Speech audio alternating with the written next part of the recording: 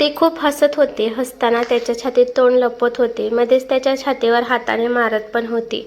आणि तो मात्र तिचं हसणं, तिचं आनंदी राहणं एन्जॉय करत होता. पिक्चरमध्ये काय चाललं आहे त्याच्याशी त्याला काहीच घेणं देणं नव्हतं. तो फक्त तिला बघत होता. कार्तिक, मला माहीत आहे तुम्ही पिक्चर बघत नाही. तुम्हाला झोप आली असेल तर झोपा. अर्धा पिक्चर झाल्यावर तिने त्याच्या मिठीत डोळे झाकले. बायको, I am enjoying a lot.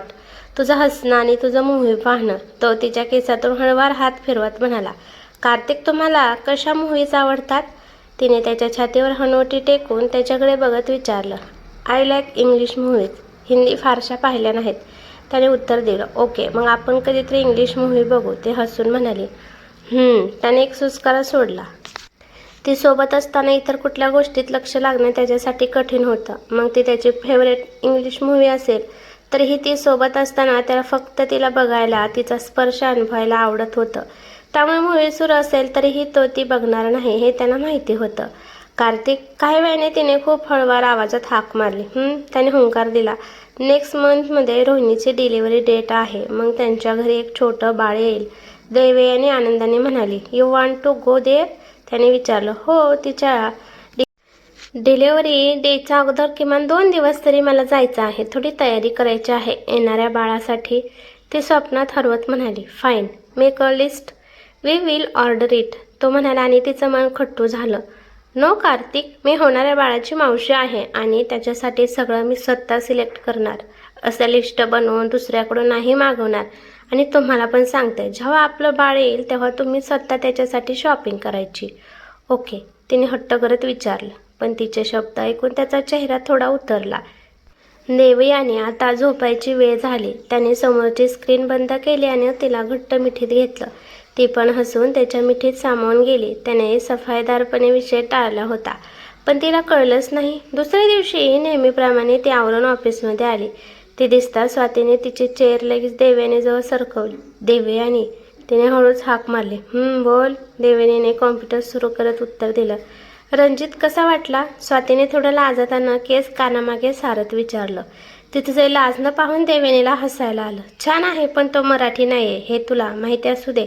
उद्या उठून घरून काही प्रॉब्लेम नको. देवयानी म्हणाली. मला माहीत आहे, पण मी आईबाबांना म्हणवेन. त्याला 1-2दा भेटवेन, पण त्याला अजून खूप वेळ लागेल. त्याला स्थिर व्हायचं आहे. त्याचं शिक्षण झालं की माझा मित्र त्याच्या हॉटेलमध्ये त्याला घेईल. मग घरी बोलेन मी. स्वाती म्हणाली आणि देवयानीने मनातच डोक्याला हात लावला. बिचारा डॉक्टर आहे, चांगला स्थिर स्थावर आहे आणि आताही त्याला स्थिर करणार, तेही हॉटेलमध्ये. याने लवकर सांगितलं तर बरं होईल, नाहीतर खरंच त्या पोपटाला हातात चाकू घेऊन भाज्या चिरत बसावं लागेल. देवेने एक सुस्कारा सोडला आणि तिच्या कामात लक्ष घातले. देवयानी मॅडम, स्वाती मॅडम, गौतमी मॅडमने तुम्हा दोघींना बोलवलं आहे. एक पिऊन सांगून गेला. दोघींनी एकमेकींकडे पाहिल्यानं मग उठून गौतमीच्या केबिनमध्ये गेल्या. नमस्कार मॅडम. तिथं जाताच त्या दोघींनी गौतमीला अभिवादन केलं. गौतमीने एक नजर त्या दोघींकडे पाहिली आणि मग एक फाईल त्या दोघींकडे सरकवली. दोघी मिळून ही फाईल पूर्ण करा, तेही पुढच्या 1 तासात. ठीक आहे मॅडम. देवयानीने फाईल घेतली. आणि तू? देवयानीकडे बघत गौतमी म्हणाली. काल तुला जी फाईल दिलेली ती पूर्ण झाली असेल तर त्या दोन्ही फाईल एकत्र इथं जमा करा. ठीक आहे. गौतमीने तिचे केस मागे झटकत सांगितलं. ठीक आहे. दोघी म्हणाल्यानं तेथून बाहेर पडल्या. मला ना ही गौतमी थोडी सडको वाटते, अहंकारी कुठली. स्वाती हळूच कुजबुजली. चल काम करू. यातले पहिले काही पेपर मी घेते, नंतरचे तू घे. देवयानी म्हणाल्याने डेस्कवर जाऊन फाईलमधून पेपर्स काढू लागली. साधारण तासाभरात दोघींनी मिळून ती फाईल पूर्ण केली. देवयानी, ही फाईल देऊया आणि जेवायला जाऊया, स्वाती आळस देत म्हणाली. पण देवयानी तिच्या डेस्कवरच्या सगळ्या वस्तू उलट्या पालत्या करत होती. देवयानी, काय झालं? तिला तणावात बघून स्वातीने विचारलं.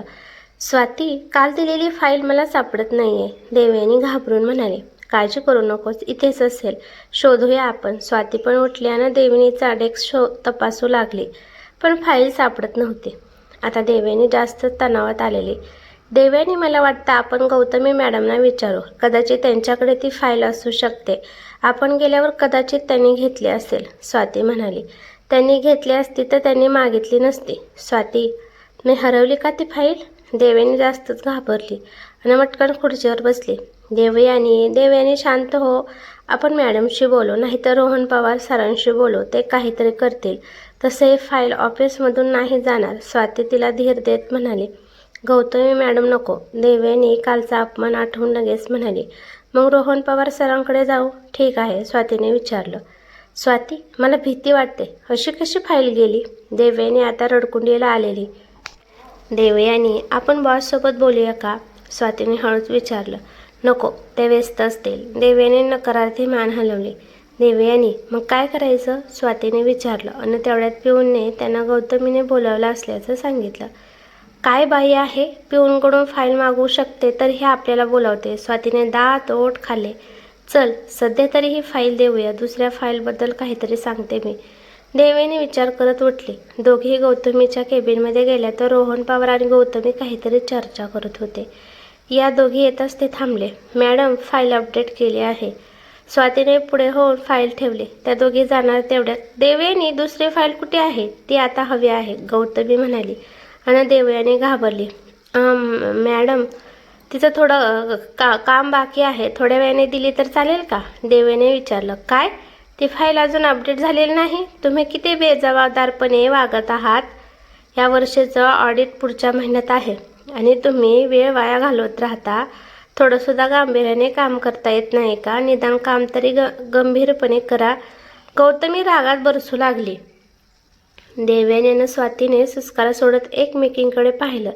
तेवढ्यात गौतमी मॅडम, राहू द्या, त्या बोलत आहेत ना, पूर्ण करून देतील. मग ठीक आहे, आज संध्याकाळपर्यंत देतील त्या, रोहन पवार म्हणाला.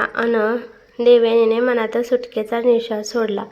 गौतमी मात्र आतून धुसमुसतच राहिली. ठीक आहे सर, गौतमी नाईलाजाने म्हणाली. मग मात्र त्या दोघी लगेच बाहेर पडल्या. देवाचे आभार, रोहन पवार सर तिथे होते, नाहीतर आपलं काही खरं नव्हतं. स्वाती दीर्घ श्वास घेत म्हणाले. आपलं नाही, माझं काही खरं नव्हतं, पण या गौतमीला माझ्याबद्दल इतका राग का आहे? देवयानी वैतागून म्हणाली. ते जाऊ दे, फाईल कशी शोधणार आहे? स्वातीने विचारलं. चल, मी इथले CCTV तपासते, कारण मला चांगलं आठवते मी फाईल इथेच माझ्या डेस्कवर ठेवून गेले होते. ड्रावरची चावी भेटत नव्हती, त्यामुळे लॉक नव्हतं केलं. देवयानी म्हणाली. आपल्याला दाखवतील का? स्वातीने विचारलं. प्रयत्न करूया, देवयानी म्हणाली. दोघी सुरक्षा कक्षाजवळ आल्या. तिथं 2 सुरक्षारक्षक उभे राहून काहीतरी गप्पा मारत होते. माफ करा, मला काल रात्रीचे CCTV तपासायचे आहेत, 3ऱ्या मजल्यावरचे, वित्त विभागाचे. देवयानी लगेच त्या सुरक्षारक्षकाला म्हणाले. ते दोन्ही सुरक्षारक्षक तिच्याकडे थोडं विचित्र नजरेने बघू लागले. सॉरी मॅडम, आधी तुमचं ओळखपत्र दाखवा, एक सुरक्षारक्षक म्हणाला. देवयानीने लगेच तिचं ओळखपत्र दाखवलं. मॅडम, इथं कोणालाही CCTV फुटेज दाखवता येत नाही, माफ करा, सुरक्षारक्षक म्हणाला. भैया प्लीज दाखवा ना, खूप महत्त्वाचं आहे, देवयानी एकदम निरागस चेहरा करत म्हणाले. क्षणभर तो सुरक्षारक्षक थांबला, पण त्या क्षणी दुसरा सुरक्षारक्षक पुढे झाला. नाही मॅडम, तुम्ही इथून जा, कोणातरी मोठ्या पोस्टवरच्या साहेबांची परवानगी आणा, तो गार्ड म्हणाला. देवयानीचा चेहरा लगेच पडला. तसंच स्वाती पुढे झाली. भैया प्लीज दाखवा ना, कोणाला नाही कळणार, आम्ही लगेच बघू आणि निघून जाऊ, स्वाती लाडीगोडी लावत म्हणाली. सॉरी मॅडम, सुरक्षारक्षकांनी नकार दिला. भैया प्लीज मदत करा, हिची अंगठी हरवली आहे हो, जर हिच्या नवऱ्याला कळलं तर तो तिला मारेल. एकतर तो अगोदर इतकं छळत असतो, हाल करतो हिचे, आणि आता जर अंगठी गेली कळलं तर बिचारीचे काय हाल करेल, जीवन तरी सोडेल का? उद्या हिला काही झालं तर त्याचे तुम्ही जबाबदार असाल. स्वाती बारीक तोंड करून देवयानीला एका हाताने मिठी मारत म्हणाली आणि देवयानी शॉकमध्ये गेली. मूर्ख, काय बोलतेस? हे जर चुकून कार्तिकला कळलं तर आपल्या दोघींच्या नोकऱ्या जातील. देवयानी हळूच तिला चिमटा काढत म्हणाले. मॅडम, यांच्यासाठी आम्ही आमच्या नोकऱ्या नाही सोडू शकत. आमच्या घरीसुद्धा आमची मुलं बाळ आहेत. चुकून हे सगळं वरती कळलं तर आमच्या खरंच नोकऱ्या जातील. आम्हाला माफ करा. त्यापेक्षा तुम्ही तुमच्या विभाग प्रमुखांसोबत बोला. त्यांनी जर आम्हाला सांगितलं तर आम्ही नक्कीच तुमचं काम करू, तो सुरक्षारक्षक म्हणाला. देवयानी आणि स्वातीने एकमेकींकडे बघून सुस्कारा सोडला आणि तेथून बाहेर पडल्या. आता काय करायचं? स्वातीने तणावात विचारलं. आता CCTV फक्त एकाच ठिकाणी मिळतील, बॉसची केबिन. देवयानी स्वातीकडे बघून म्हणाली. मग जा ना, तेवढाच रोमांस पण होईल. स्वाती हसत आणि डोळा मारत म्हणाली. गप्प बस, इथं मी तणावात आहे आणि तुला हे सुचतंय, पण मी त्या केबिनमध्ये जाणार कशी? देवयानीने विचार करत विचारलं. जा ना, काहीतरी बहाणा करून. स्वाती म्हणाली. देवयानीने तिच्या पर्समधून फोन काढला आणि तिने कार्तिकचा नंबर डायल केला. 2-3 रिंगमध्ये फोन उचलला गेला. हॅलो. देवयानीला आता तणावामुळे काय बोलावं ते कळत नव्हतं. काय झालं?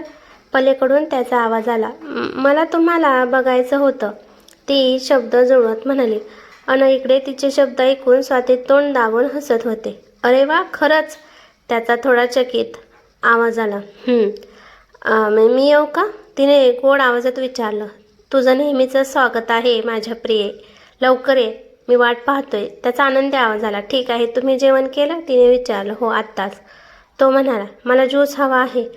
ती विचार करत बोलली. ठीक आहे, मी मागवतो, तो म्हणाला. मग तिने फोन कट केला आणि स्वातीकडे पाहिलं. ती अजूनही तोंड दाबून हसत होती. स्वाती प्लीज, देवयानी थोडे वैतागून ओरडले. Okay sorry.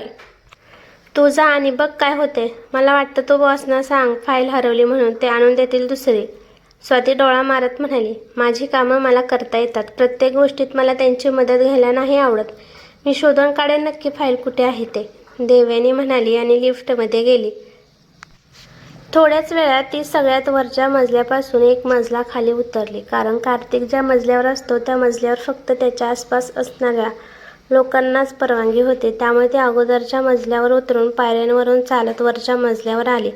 तिने इकडे तिकडे पाहिलं. बहुतेक सगळ्यांच्या केबिन बंद होत्या. पिऊन लोक दुपारच्या जेवणात व्यस्त होते. ती थोडं घाबरत तेथून आत गेली. पण थोडं आत गेल्यावर बरोबर कार्तिकच्या केबिनसमोर जिथे पहिली ती बसायची तिथं रमेश बसला होता. तिने पटकन कार्तिकचा नंबर डायल केला. हॅलो, तुमच्या केबिनसमोर रमेश सर आहेत. ते हळूच कुजबुजले. त्याच्याबद्दल काळजी करू नकोस, तो म्हणाला आणि फोन कट केला. शट, हा पण ना थोडंसं बोलून लगेच फोन ठेवून देतो. देवयानीने सुस्कारा सोडला आणि खाली मान घालून कार्तिकच्या केबिनजवळ आले. तिने हळूच रमेशकडे पाहिलं तर तो तिलाच बघत होता. ते सरांना भेटायचं होतं, ती कशीबशी म्हणाली.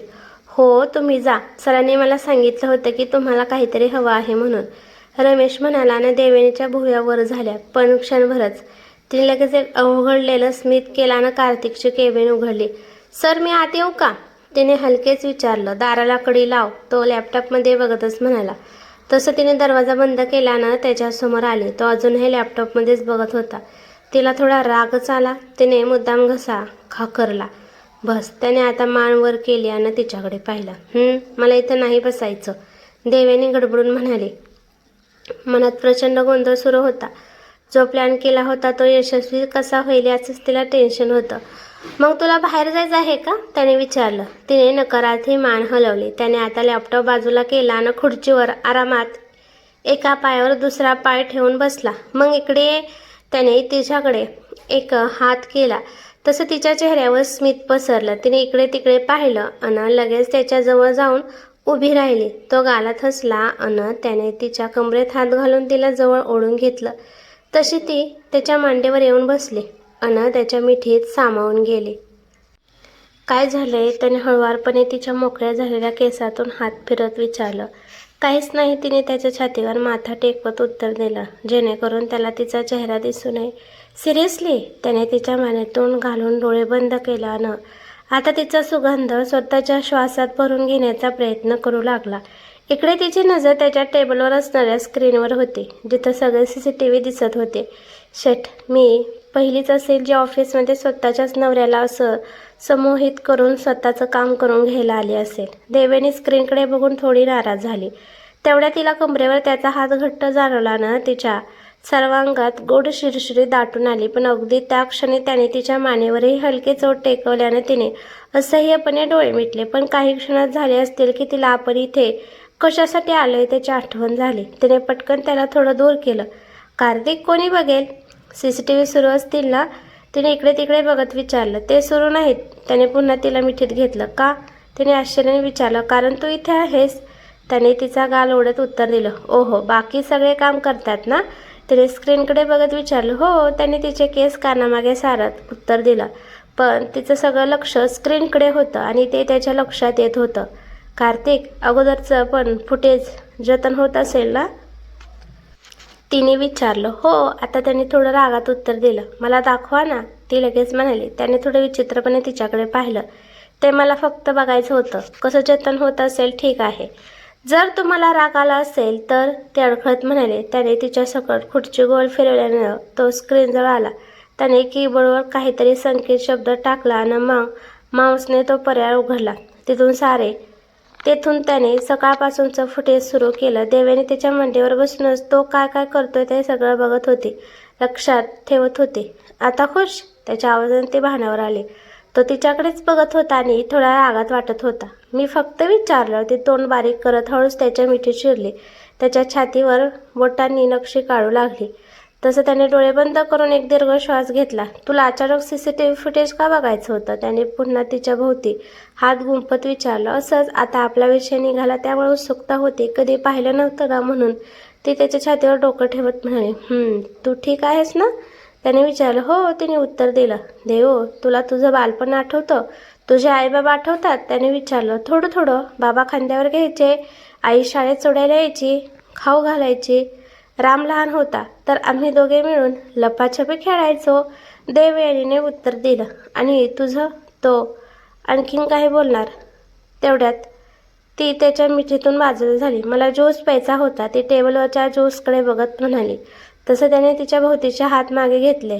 तिने ज्यूसचा ग्लास घेतला आणि पुन्हा कार्तिकच्या मांडीवर येऊन बसली. कार्तिकच्या भुवयावर झाल्या ही कधीपासून इतकी रोमॅन्टिक झाली, एवढाच विचार त्याच्या मनात येत होता. पण ती स्वतःहून मांडीवर बसली म्हणून मन खुश पण झालेलं. ती मात्र मस्त त्याच्या मांडीवर बसून ज्यूस पित होती आणि तो तिला बघत होता. तिच्या ओठांवर तो आंब्याचा रस लागला होता, ज्यावर सध्या त्याचं मन आलं होतं. शेवटी त्याला राहावलं नाही आणि मग अचानक त्याने तिचा ज्यूस घेतलेला हात पकडला. तिने प्रश्नार्थक नजरेने त्याच्याकडे पाहिलं. तो थोडा पुढे झाला आणि त्याने अलगद तिच्या ओठांवर ओठ टेकवले. आंब्याच्या रसाची थोडीशी चव आणि तिच्या ओठांची गोडसर चव त्याला जाणवली. ती मात्र पूर्णपणे स्तब्ध झालेली, त्याची कॉलर एका हातात घट्ट पकडलेली. तो हळवारपणे तिला पण आता ते भानावर येत होते. श्वास जोरजोरात घेत होते आणि आपण इथे कशासाठी आलोय हेही तिला कळत होतं. हीच ती वेळ होती. तिने तिच्या हातातला ग्लास मुद्दाम त्याच्या छातीवर हलकासा दाबला आणि मग तो व्यवस्थित पकडायच्या नादात सगळा ज्यूस त्याच्या मांडीवर सांडला. ती घाबरून पटकन उठली. कार्तिकने थोडं गोंधळून त्याच्या कोटकडे पाहिलं. ज्यूस कोटमधून आतमध्ये गेला होता. कार्तिक, मला माफ करा, देवाने अडखळत भीतीने म्हणाली. ठीक आहे प्रिये. कार्तिक उठून त्याचा कोट झाडत म्हणाला. तुम्हाला आता आंघोळ करावी लागेल. मला माफ. देवाने तोंड बारीक करून म्हणाले. मी म्हणालो ना, ठीक आहे, शांत हो, तो म्हणाला आणि स्नानगृहाकडे गेला. दरवाजा बंद होण्याची खात्री होताच देवेनी वायुवेगाने स्क्रीनजवळ आली आणि काल ती निघून गेल्यानंतरचं फुटेज बघू लागले. कार्तिकने अगोदरच संकेत शब्द टाकला होता त्यामुळे तिला काहीच अडथळा आला नाही आणि ती फुटेज पुढे पुढे करत बघू लागली. मधूनच ती स्नानगृहाकडे एक नजर टाकत होती. तेवढ्यात तिला तिच्या डेस्कवर एक पिऊन आलेला दिसला. तसं तिने फुटेज थांबवलं. तो पिऊन तिच्या डेस्कवरची फाईल घेऊन गेला. तिने लगेच तो कुठे जातोय तिकडचा कॅमेरा पाहिला. तेवढ्यात आतला पाण्याचा आवाज बंद झालेला. तिने पटकन त्या पिऊनची जागा बदलली आणि स्क्रीन पुन्हा पूर्वीसारखे केले. आता तिने एक सुस्कारा सोडला आणि शांतपणे उभी राहिली. मला माफ करा कार्तिक, माझा गोड बटाटा तुमच्यावर ज्यूस सांडावा लागला. तिला मनातच वाईट वाटलं. तेवढ्यात तो समोरून नवीन सूट घालून येताना दिसला. माफ करा, ती पुन्हा एकदा म्हणाली. अरे देवा, माफी मागायची गरज नाही. तो तिच्याजवळ येत तिला मिठीत घेत म्हणाला. तुमची खुर्ची? तिने त्याच्या पाठीवर हात ठेवत म्हणाली. स्टाफ साफ करेल. तो तिच्या मानेवर हलकी जोड टेकवत म्हणाला. तिला अंगभर शहारे जाणू लागले. कार्तिक, मला जायला हवं. ती त्याच्या छातीवर हात ठेवत म्हणाली. तो काहीच म्हणाला नाही, उलट त्याची पकड घट्ट झाली. तिला पोटात गुदगुल्या होऊ लागल्या. त्याच्या स्पर्शाने तिला ग्लानी येऊ लागली आणि त्याचवेळी मानेवर एक गोड वेदना पूर्ण शरीरात सळसळती वीज देऊन गेली. कार्तिक, तिने खांदे वर करून अंग चोरून घेतलं. पुढच्या वेळी फक्त माझ्यावरच लक्ष केंद्रित करायचं, तो हळूच तिच्या कानाजवळ म्हणाला आणि ती पटकन विजेचा झटका लागावा तशी त्याच्यापासून बाजूला झाली. तिचे श्वास फुलले होते, धडधड वाढले होते आणि ओठही कोरडे पडले होते. तिने मानेला हात लावत त्याच्याकडे लटक्या रागात पाहिलं. मिसेस देवेनी, कार्तिक पाटील, आता तुम्ही जाऊ शकता, माझी एक बैठक आहे. तो त्याच्या हातातलं घड्याळ बघत म्हणाला. सनकी बटाटा, गोड काय बोलला, लगेच कडू झाला. देवेनीने रागात त्याच्याकडे पाहिलं आणि पाय आपटत तेथून बाहेर पडली. तिचा तो लटका राग पाहून तो गालात हसला, पण ती जाताच त्याने लगेच एक फोन केला. हॅलो साने, माझ्या केबिनमध्ये या, मला वित्त विभागाबद्दल चर्चा करायची आहे. तो CCTV स्क्रीनकडे बघत म्हणाला. इकडे देवेनी तेथून बाहेर आली. ती लगेच त्या पिऊनने फाईल जिथं ठेवली होती तिथं गेली. तिथं 4-5 लोक साफसफाई करत होते. मॅडम काय पाहिजे, एका कामगाराने विचारलं. माझी फाईल इथं आहे, ती म्हणाली. तिने CCTVमध्ये बघितलेला ड्रॉवर उघडण्याचा प्रयत्न केला, पण त्याला लॉक होतं. मॅडम, त्याची चावी राजाकडे आहे, थांबा त्याला बोलवतो, एक कामगार म्हणाला. थोड्याच वेळात राजा नावाचा तो पिऊन तिथं आला. देवेनीला तिथं बघून त्याच्या चेहऱ्यावर 12 वाजले होते. काय झालं मॅडम, त्याने घाम पुसत विचारलं. काल तुम्ही माझ्या डेस्कवर एक फाईल उचलली आणि ती इथे ठेवली, ती मला हवी आहे, ती म्हणाली. आणि त्या पिऊनने भीतीने औंठ गेला. नसेल ओ, म्हणजे मला नाही आठवत मी इथं फाईल ठेवलेली, तो पिऊन आठवायचा प्रयत्न करत म्हणाला. पण मी CCTVमध्ये पाहिलं आहे. चावी द्या, बघूया आपण, ती थोडं रागात म्हणाली. आता त्या पिऊनचा नाईलाज झाला. त्याने चावी दिली. तिने ड्रॉवर उघडला. वरच तिची फाईल होती. हीच ती फाईल. देव्यानी फाईल त्याच्यासमोर धरत रागात म्हणाले. सॉरी मॅडम, ते साफसफाई करताना चुकून माझ्याकडून घेतली गेली असेल, तो पिऊन घाबरून म्हणाला. यावेळी कोणाला सांगत नाही, पण लक्षात ठेवा, फाईल खूप महत्त्वाच्या असतात. तुमच्या चुकीमुळे जर ही फाईल गेली असती तर एखाद्याची नोकरी जाऊ शकते, बदनामी होऊ शकते. त्यामुळे असं काही करू नका ज्यामुळे दुसऱ्याला त्रास होईल. देवेनी शांतपणे म्हणाली. सॉरी मॅडम, पुन्हा मी कुठल्याच फाईलला हात लावणार नाही, तो पिऊन अजूनही घाबरून बोलत होता. आणखीन एक, माझ्या डेस्कवर गणपती बाप्पाची मूर्ती आहे आणि ही फाईल घेताना तुम्ही चपला न काढताच मूर्तीला हात लावला. दुसऱ्यांच्या श्रद्धेचा असा अपमान नका करू. माझा डेस्क मी स्वतः साफ करत जाईल, पुन्हा कधी हात लावू नका, देवेनी रागात म्हणाली. आणि तेथून तिच्या डेस्कवर आली. आता तिने एक सुटकेचा निश्वास सोडला न गालत हसली. तिने स्वातीकडे पाहिलं आणि हातातली फाईल हलवून दाखवली. स्वातीच्या चेहऱ्यावर आनंद पसरला. तिने अंगठा दाखवून तिचं कौतुक केलं. देवेने लगेच ती फाईल घेऊन गौतमीच्या केबिनमध्ये गेली. मॅडम, ही फाईल पूर्ण अद्ययावत केली आहे, देवेने फाईल टेबलवर ठेवत म्हणाली. आणि यावेळी गौतमीचे डोळे विस्पारले होते. चेहरा पांढरा फडक पडला होता. तिला विश्वासच वाटत नव्हता. तिने पटकन फाईल उचलून पाहिली.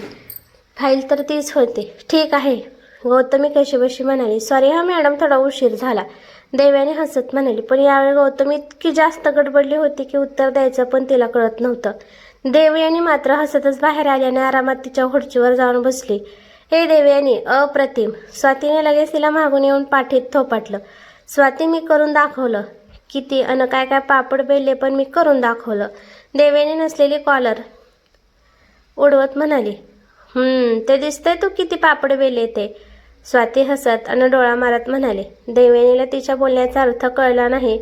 काय दिसतंय, देवयानीने विचारलं. स्वातीने पुढे होऊन देवयानीच्या मानेवर हळूवार हात फिरवला आणि त्या क्षणी देवयानीला कार्तिकचा स्पर्श आठवला. त्याच ठिकाणी त्याने ओठ टेकवले होते आणि त्यावेळी गोड वेदना झालेली, म्हणजे नक्कीच त्याने त्याचं निशाण तिथं उमटवलं होतं.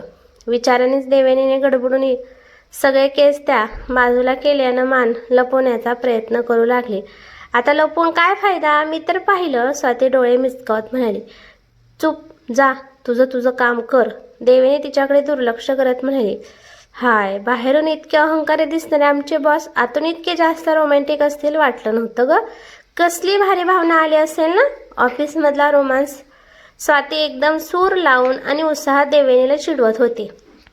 गबगब आई, काम कर, नाही तर खडूस रोहन पवार येईल, देवेनी वैतागून म्हणाले. ए देवेनी, मग काय केलं, स्वातीने हळूच तिच्या कानात विचारून देवेनीने रागात तिच्याकडे पाहिलं. ती काही बोलणार तोच, सगळेजण आपापलं काम करा, कंपनीचे पैसे वाया घालू नका. रोहन पवाराचा आवाज पूर्ण विभागात घुमला. तशा या दोघीही कामाला लागल्या.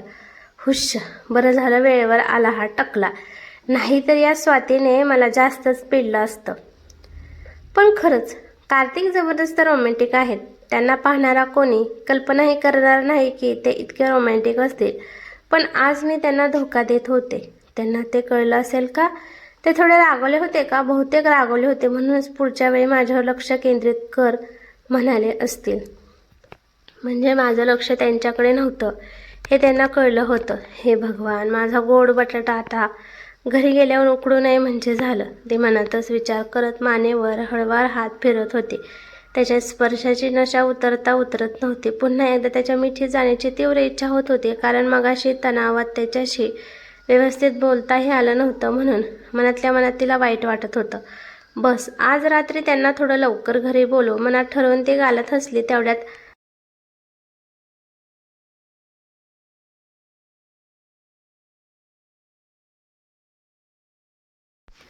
स्वाती गाणं गुणगुणत होती. देवेने डोळे बारीक करून तिच्याकडे पाहिलं. स्वाती लगेच थोडी पुढे सरकली. ऑफिसमधल्या रोमॅन्समध्ये काय काय झालं सांग ना, स्वातीने उत्साहात विचारलं. तू ना बॉसना जाऊन विचार, देवयानी रागात म्हणाली. ना बाबा, त्यांना तर पूर्ण ऑफिस घाबरतं, माझी सुट्टी करून टाकतील. तूच सांग ना, स्वाती लाडीगोडी लावत म्हणाली. तू आणि रणजित जेव्हा लग्न कराल त्यानंतर मला सांग काय काय केलं ते, देवेनी म्हणाल्यानं स्वाती लगेच लाजली. ते काय सांगायचं असतं का, स्वातीने खाली बघून उत्तर दिलं. अच्छा, तुझं सांगायचं नाही, पण मी सगळ्या जगाला सांगत बसू का, देवेने डोळे बारीक करून विचारलं. देवयानी, रणजित साधा आणि समजूतदार आहे, पण बॉस ते एकदम वेगळे आहेत, म्हणजे एकदम अहंकारी आहेत. त्यांचं व्यक्तिमत्व, त्यांचा दर्रा वेगळाच आहे. त्यांच्यासमोर उभं राहायची सुद्धा कोणाची हिंमत होत नाही. ते जितके देखणे आहे त्याच्यापेक्षा जास्त प्रभावी त्यांचं व्यक्तिमत्व आणि त्यांची शैली आहे. म्हणून त्यांचा रोमांस कसा असेल ते मला जाणून घ्यायची इच्छा होते, म्हणून विचारलं. म्हणजे ते रोमांस करताना सुद्धा असेच एकदम कडक असतात की मऊ स्वभावाचे असतात? कधी ते असं गुडघ्यावर बसून तुझ्यावर प्रेम आहे वगैरे म्हणतात का, किंवा मग कधी वेळ काढून तुझ्यासाठी काही खास वगैरे करतात का? बरेच प्रश्न आहेत ग, स्वाती एक प्रश्न विचारत होती आणि देवेनीच्या नजरेसमोर त्यांचे खास क्षण येत होते. त्याने कधी गुडघ्यावर बसून तुझ्यावर प्रेम आहे असं म्हटलं नव्हतं, पण खाली झुकून तिच्या पायात पैंजण घातलं होतं. तो क्षण तिच्या आयुष्यातला पहिला खास क्षण होता. तो टेकडेवर त्याच्यासोबतची ती रात्र त्या आयुष्यात कधीही विसरणार नव्हती. देवयानी, स्वाती आणखीन काय बोलणार तोच? स्वाती, टकला आला. देवेने हळूच ओरडली. स्वातीने पटकन खुर्ची नीट केली आणि कॉम्प्युटरमध्ये डोकं घातलं. तिला तसं सावध झालेलं बघून देवेने तोंड दाबून हसू लागली. कुठे ग तो टकला, गेला का? स्वातीने हळूच इकडे तिकडे नजर टाकत विचारलं. देवेने अजूनही तोंडावर हात ठेवून हसत होती. देवयानी, तू मला फसवलंस, हे योग्य नाही, स्वाती खोटं खोटं रागवत म्हणाली आणि देवेने जास्तच हसू लागली. संध्याकाळी देवेनी घरी आली तर हॉलमध्येच सायली काकू आणि आजोबा बोलत बसलेले. तिने त्यांना अभिवादन केल्यानं वरती आले. बस आता मस्त गरम गरम पाण्याखाली जाऊन उभं राहायचं असा विचार करतच ती तिच्या बेडरूमकडे जात होती. स्वतःच्याच विचारात ती हरवली होती. तितक्यात हॅलो वहिनी, मागून आवाज आला. तसं तिने दचकून मागे पाहिलं. आता मात्र तिच्या कपाळावर तिच्याही नकळत आठ्या जमा झाल्या, कारण समोर सनी हसत चालत येत होता. ऑफिसवरून आलात का, त्याने तिच्यासमोर उभं राहत विचारलं. हो, तिने जबरदस्ती हसत उत्तर दिलं. एक गोष्ट सांग, कार्तिक भाऊ जसे ऑफिसमध्ये कडक असतात तसेच घरात सुद्धा आहेत का, सनीने हसत विचारलं. ते तू त्यांना जाऊन विचार, देवयानीने हसत उत्तर दिलं. अरे, मी फक्त दोनदाच भेटलो आहे त्यांना, कुटुंबाच्या कार्यक्रमात, पण डॅडकडून बरंच ऐकलं आहे त्यांच्या प्रियसीबद्दल सुद्धा. तो डोळा मारत म्हणाला आणि देवयानीने तिचा राग कसाबसा नियंत्रण केला. वरवर स्मित केलं. माफ करा हां, असं थेट बोललं. असो, पुढच्या महिन्यात माझा वाढदिवस आहे, त्यामुळे तुम्ही दोघंही माझ्या वाढदिवसाला याल ही अपेक्षा, सनी भुयावर करत म्हणाला. तसं अधिकृत आमंत्रण मी पाठवेनच, तो पुन्हा म्हणाला. आम्ही नक्की प्रयत्न करू, देवेनी म्हणाली. प्रयत्न नको, तुम्हाला यावंच लागेल, तो म्हणाला. ठीक आहे, मी जाते, नंतर भेटू, तिने त्याला हसत कटवलं. तो काही बोलला तोच ती तेथून लगेच तिच्या रूममध्ये गेली आणि दरवाजा बंद करून घेतला. शी, काय मुलगा आहे, असा कसा आहे आणि सारखं सारखं बोलण्याचा प्रयत्न का करतोय? देवेनीने रागात तिची पर्स फेकून दिली आणि स्नानगृहात फ्रेश व्हायला गेली. दुसऱ्या दिवशी ती ऑफिसमध्ये गेली तर तिच्या विभागात पूर्ण गोंधळ उडला होता. प्रत्येकजण धावत होतं. तिला थोडं विचित्र वाटलं. तिने हळूच स्वातीला हाक मारली. काय झाले, सगळे एवढ्या तणावात का आहेत, देवयानीने गोंधळून विचारलं. देवयानी, आपल्या विभागाचं पुढच्या महिन्यात ऑडिट आज सुरू होते. पुढचे जवळजवळ 5 दिवस हे ऑडिट चालणार आहे आणि आता आपल्याला थोडासुद्धा वेळ घालवून चालणार नाही. ती गौतमी आणि रोहन पवार सगळ्यांवर खूप ओरडत आहेत. पटकन कामाला लाग, पुढच्या 10 मिनिटात ऑडिट करणारी टीम इथे येते. स्वाती घाईत म्हणाल्यानं देवयानीनेही लगेच तिचा कॉम्प्युटर सुरू केला. सायको बटाटा, पुढच्या महिन्यात ऑडिट होतं तर अचानक आज का ठेवलं? याला असं अचानक आश्चर्य द्यायला जास्त आवडतं का? उगीच त्रास देतो सगळ्यांना. देवयानीने सुस्कारा सोडला आणि तिचं काम सुरू केलं. तर मित्रांनो, कसा वाटला भाग कमेंट करून नक्की सांगा. भेटूया पुढील भागात. धन्यवाद.